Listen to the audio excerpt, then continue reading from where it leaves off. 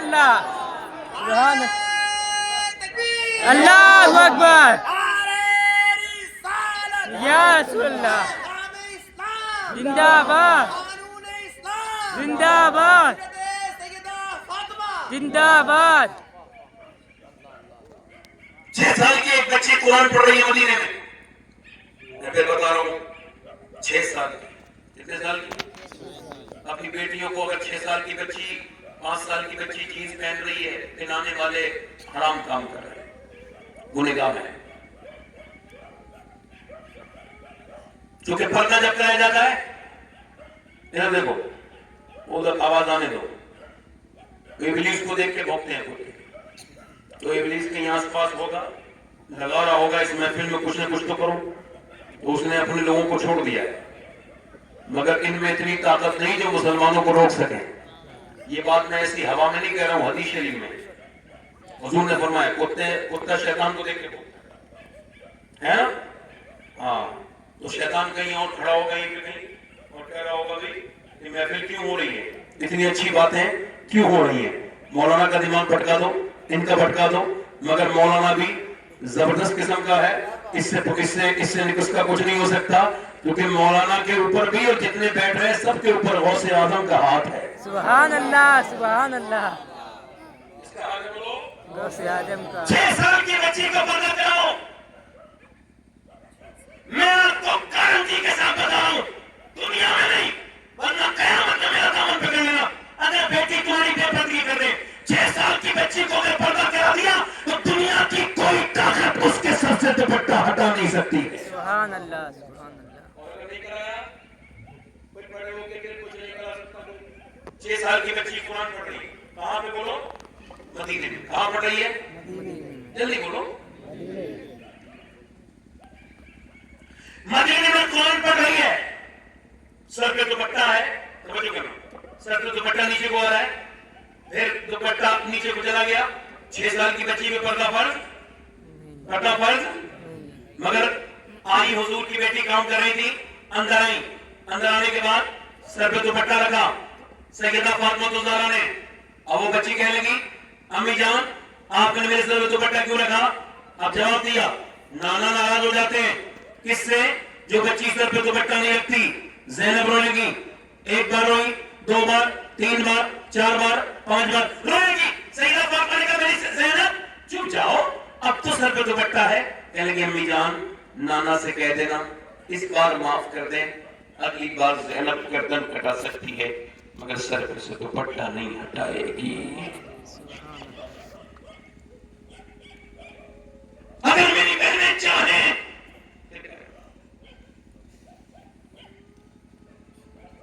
اگر چاہ لیں آج بھی تو ماحول بدل سکتا ہے.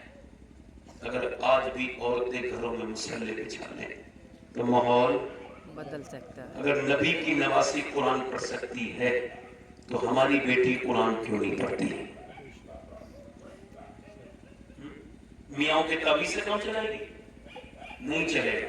اس میاں کے گھر کا نہیں چل رہا, تیرا تو چھوڑ. وہ جو میاں تعویذ کر رہا ہے عورتیں سیکھ ہو جائیں گی, اس کی عورت کو ٹھیک نہیں ہے.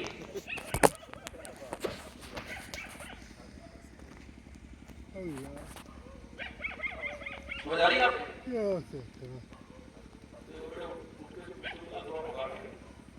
ماننا نہیں ماننا نہیں ماننا دل لگا کے بول.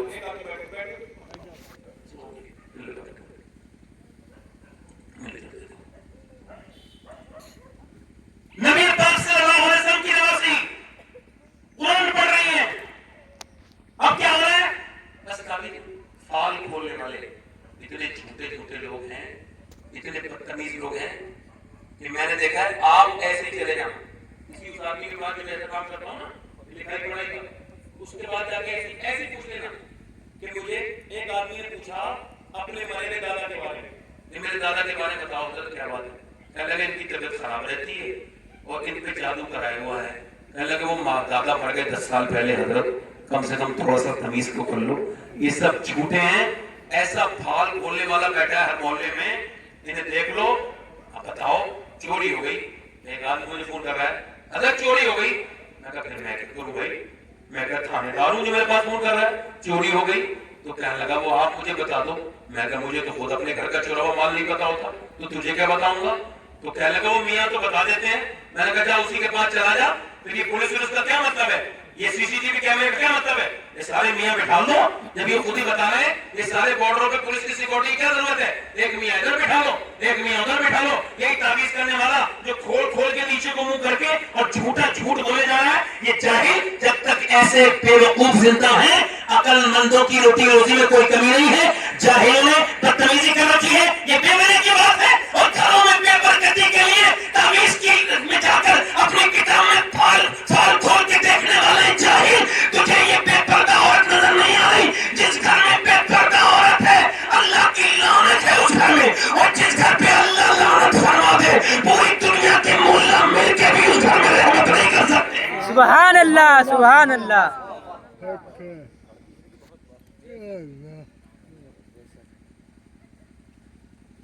قرآن کو چھوڑ دیا ہم نے, قرآن کو چھوڑا, حضور کی حدیث کو چھوڑا, نبی کی سنت کو چھوڑا, حضور کی بیٹی کی سنت کو چھوڑا, صحابہ کرام کی سنت کو چھوڑا. ہم آگے ریڈی میڈ دین بیچنے والا ہے تو ہم لینے والے تیار. وہ کہہ رہا ہے تمہیں کوئی ضرورت نہیں. میں نے کتنے پیروں کو دیکھا, میں ہوں نا, میں ہوں, تمہیں کوئی ضرورت نہیں. جنت میں دکھاؤں گا. یہ جنت بانٹا ہے بدتمیز, مگر اس نے لاک ڈاؤن میں کبھی راشن نہیں بانٹا. اسے پتا ہے جو چیز بڑھ سکتی ہے وہی بانٹو. یہ جب تک پھر کہہ رہا ہوں کسی کے چکر میں نہ رہنا, کسی کے چکر میں رہے. وہ پیر ہو ہی نہیں سکتا جو لوگوں کے دل سے خوف خدا چھین لے. پیر تو وہ ہے جو اللہ کے سامنے رونا سکھا دے. سبحان اللہ سبحان اللہ. جلدی بولو جلدی بولو. سبحان اللہ. حضور کی بیٹی قرآن پڑھ رہی ہے. کربلا کے میدان میں سیدہ زینب سر سے چادر کھینچ لی گئی. کربلا کے میدان میں ایسی بیٹیاں دیکھو گا, غور تو کرو گا, سوچو تو, تھوڑا سا تصور کرو. ادھر بھائی کی لاش اور اس لاش پہ گھوڑے دوڑ رہے ہیں اور سر نیزے پہ چڑھا ہوا ہے, بیٹے کا سر نیزے پہ چڑھا ہوا ہے. ادھر سیدہ زینب سر سے چادر کھینچی گئی, اپنے نانا کی طرف کو منہ کیا, مدینہ شریف کی طرف کو.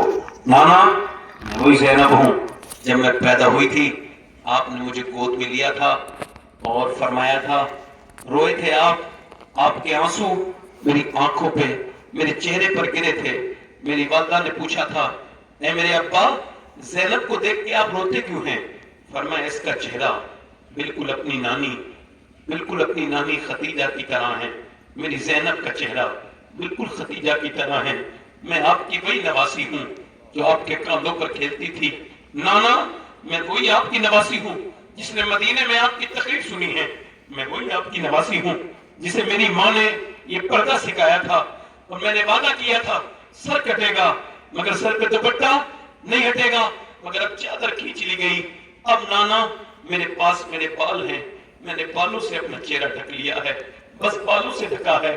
میں تو اس سید زادیوں کو بھی کہنا چاہتا ہوں, ان سید فہمیوں کو بھی کہنا چاہتا ہوں, ان سادات کی بچیوں سے بھی کہنا چاہتا ہوں جو سیدہ نام رکھ کے انسٹاگرام پہ آ گئی ہے, جو سیدہ نام رکھ کے یوٹیوب پہ آ گئی ہے, جو سیدہ نام رکھ کر کے فیس بک پہ آ گئی ہے. اگر وہ واقعی میں سید ہے تو اس سے ہاتھ جوڑ کے کہتا ہوں تو تیرا نسب کیا ہے. اگر تیرے باپ بھائی سب بے غیرت ہے تو کبھی سید کے معنی پڑھ لیے ہوتے, کبھی سوچ لیا ہوتا اس نسبت کا مطلب کیا ہے. تو یہ بے حیائی کرنے کے لیے شادیوں میں تو بے حیا نہیں ہوتی. میں تو ان سادات سے بھی کہتا ہوں سیدہ زینب نے پھر اپنا چہرہ گھمایا نجف اشرف کی طرف, مولا علی کی قبر کی طرف اور کہا اے میرے بابا علی میں وہ زینب ہوں کہ جب میں چلتی تھی کوفے میں کربلا میں اور مکے میں تو آپ فرماتے تھے کہ میرے زینب کے پاؤں کے نشان مٹاتے ہوئے جاؤ حسن اپنی بہن کے پاؤں کے نشان مٹاؤ, جاؤ حسین اپنی بہن کے پاؤں کے نشان مٹاؤ. میں نہیں چاہتا کہ میری زینب کے پاؤں کے نشان بھی کوئی دیکھے. مگر آج آپ کی بیٹی کے سر سے دوپٹہ جب چھینا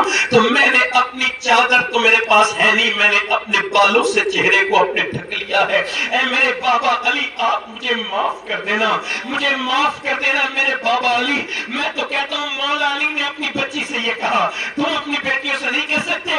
امام حسین نے شہادت سے پہلے کہا تھا شور نہ مچانا, نالا فغا نہ کرنا, آہو بکا نہ کرنا, تمہیں کریا نہیں کرنا ہے. اسلام مذہب سکون کا مذہب ہے, تم کو ہنس ہنس کے قربانی دینی ہے، تم کو جو ہے وہ ماتم نہیں کرنا ہے، تم کو شکر کرنا ہے، اے میری زینب فخر کرنا کہ میرا بھائی سر جھکا کے نہیں گیا ہے، سر کٹا کے گیا ہے، سبحان اللہ تاریخ میں اپنا نام لکھوانا۔ میں تو کہتا ہوں آپ سے، آپ سب سے، اپنے بھائیوں سے، اپنی بہنوں سے کہتا ہوں، اپنی بیٹیوں سے کہتا ہوں، امام زین العابدین فرماتے ہیں میری پھوپھی نے 5000 کلومیٹر کا سفر کیا، آپ نے قید خانے میں دیکھا، کہتے میں نے انہیں اونٹ کی ننگی پیٹھ پر بھی دیکھا، مگر نبی کی نواسی میں، علی کی بیٹی نے، فاطمہ الزہرا کے گھر کی پالی ہوئی لڑکی کی کبھی تہجد تک کی نماز قضا نہیں ہوئی۔ میں نے کہا میری پھوپھی آپ اونٹ کے اوپر سجدہ کر رہی ہیں، آپ قید خانے میں سجدہ کر رہی ہیں، آپ راستوں میں سجدہ کر رہی ہیں، یہ سجدے کی طاقت کہاں سے آئی؟ ماں کا بچہ بیمار ہو جائے نماز میں کمی آ جاتی ہے، مگر آپ کے بچے کے جسم میں تیر داخل ہوئے آپ کی نماز میں کمی نہیں آئی، آپ کے بھائی کے سر کو کاٹا گیا آپ کی نماز میں کمی نظر نہیں آئی۔ اے میری پھوپھی جان یہ کہاں سے سیکھا؟ تو میری